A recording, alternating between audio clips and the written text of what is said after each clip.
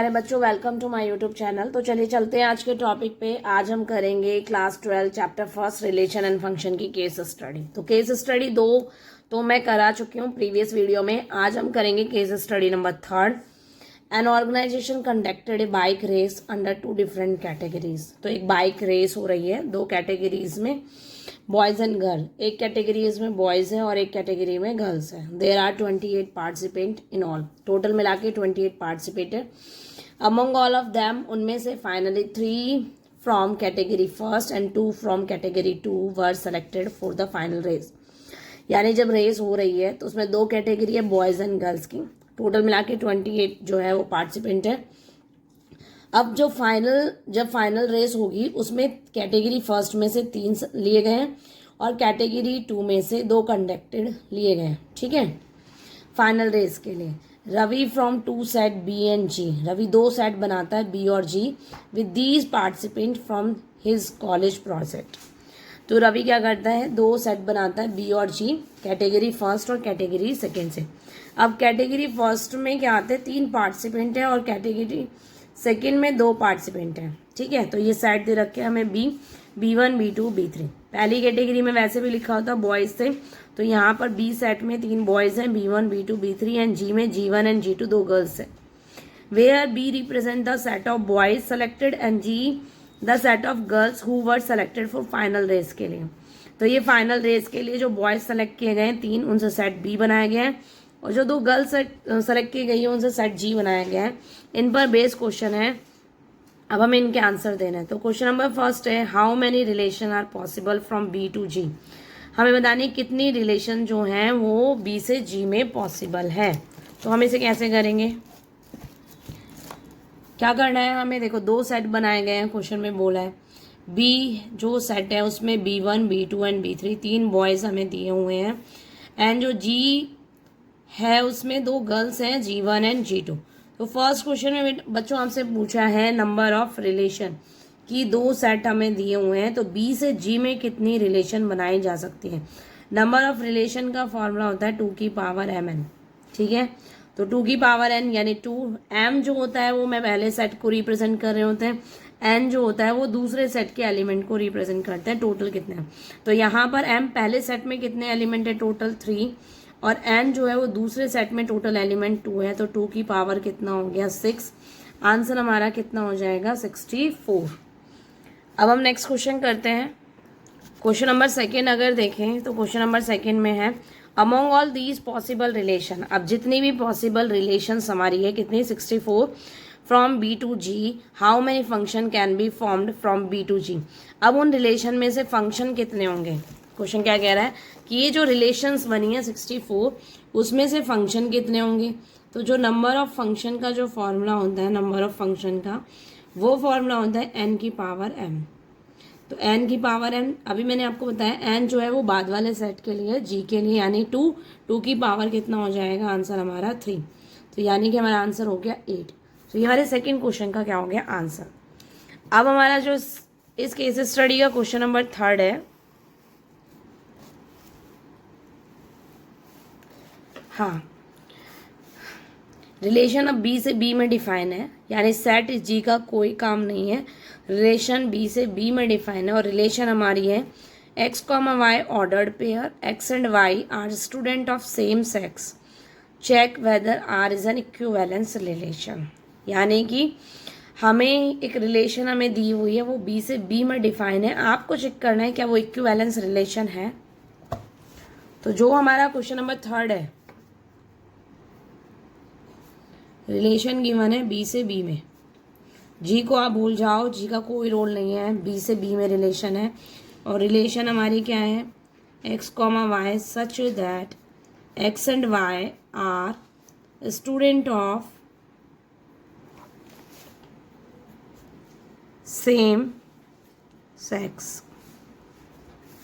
तो फर्स्ट हमारा reflexive, reflexive में एक एलिमेंट लेते हो for all x belongs to set B में से। तो इसका मतलब x, ऑर्डर्ड पेयर R में होना चाहिए। It means x and x are student of same sex, यानी कि दोनों क्या होंगे, या तो दोनों लड़के होंगे या दोनों लड़कियां होंगी, और बी सेट में हमें तीनों बॉयज रखे हैं। तो सिंपल सी बात है, x and x are same sex. ठीक है, ये यानी कि it is true, R is reflexive. X और एक्स में क्या होता है, खुद का खुद से ही तो हम चेक करते हैं, तो एक्स और एक्स क्या है, सेम सेक्स का होगा, तो रिलेशन क्या हो गया, रिफ्लेक्सिव है। नेक्स्ट है हमारा सिमेट्रिक। सिमेट्रिक में हमें दो एलिमेंट लेने होते हैं, एक्स और y belongs to set B. Set B हमें दिया हुआ है। सिमेट्रिक में हमारी डेफिनेशन होती है कि एक्स वाई हम आर में लेके चलते हैं, लाना होता है कि ऑर्डर्ड पेयर वाई एक्स हमारा आर में है या नहीं, ये हमें चेक करना होता है। तो हम लेके चल रहे हैं कि x y belongs to R. It means according to the question x and y are student of, मैंने शॉर्ट में स्टूडेंट लिखा है, स्टूडेंट ऑफ सेम सेक्स। तो हम इसका उल्टा लिख सकते हैं ना कि y and x are student of same sex. It means y comma x belongs to R. Clear है, तो आर हमारा क्या हो गया, सिमेट्रिक। अब हमें थर्ड क्या देखना है, ट्रांजिटिव के लिए चेक करना है। तो ट्रांजिटिव की डेफिनेशन में हमें तीन एलिमेंट लेने होते हैं, x y z set B में से। हम लेके चलेंगे एक्स वाई आर में है, वाई जेड आर में है, इस रिलेशन में है, और हमें लाना है x comma z belongs to R. तो सबसे पहले बच्चों एक्स वाई आर में है, this implies x and y are student of same sex. YZ belongs to R.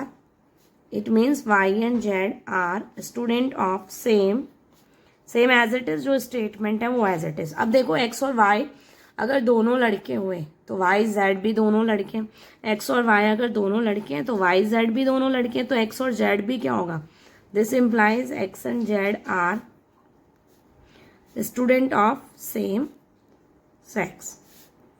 तो x comma z belongs to R. It means R हमारा क्या हो गया, ट्रांजिटिव। फाइनल आर तीनों से हमारा क्या हो जाएगा, आप लास्ट में लिखोगे R is an equivalence relation. Question में जो भी पूछा है वो आंसर देना है, यहाँ पे नहीं छोड़ना है। इक्विवेलेंस पूछा है तो इक्विवेलेंस आंसर आप दोगे कि इक्विवेलेंस रिलेशन है। अब हमें सेकेंड क्वेश्चन इसका और वाला है, इसमें जो फंक्शन डिफाइन है, ये फंक्शन है वो रिलेशन था, फंक्शन बी से जी में डिफाइन है। ठीक है, फंक्शन हमें इस तरीके से बी से जी में डिफाइन है, यहाँ सेट बी है और यहाँ जी है। ठीक है, B1 की मैपिंग G1 से है, तो हम बना लेते हैं B1 की इमेज जो है वो G1 से है, B2 की इमेज G2 से है, B2 की इमेज G2 से है, और B3 की G1 से है। B3 की इमेज है G1 से, ओ G1 तो ऊपर ही है, सॉरी, तो इसको मैं इस तरीके से लिख देती हूँ। ठीक है, ये हमने इमेज बना दी, B1 और B3 की दोनों की G1 है और B2 की मैपिंग G2 के साथ।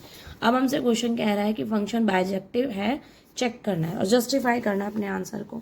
तो आप यहाँ देखोगे कि जो B1 की इमेज है वो G1 है, और B2 की इमेज भी B2 नहीं B3 की इमेज भी कितनी है, G1। दो element same image, but B1 और B3 तो सेम नहीं है ना, तो यानी कि फंक्शन 1 1 ही नहीं है, फंक्शन इज नॉट 1 1।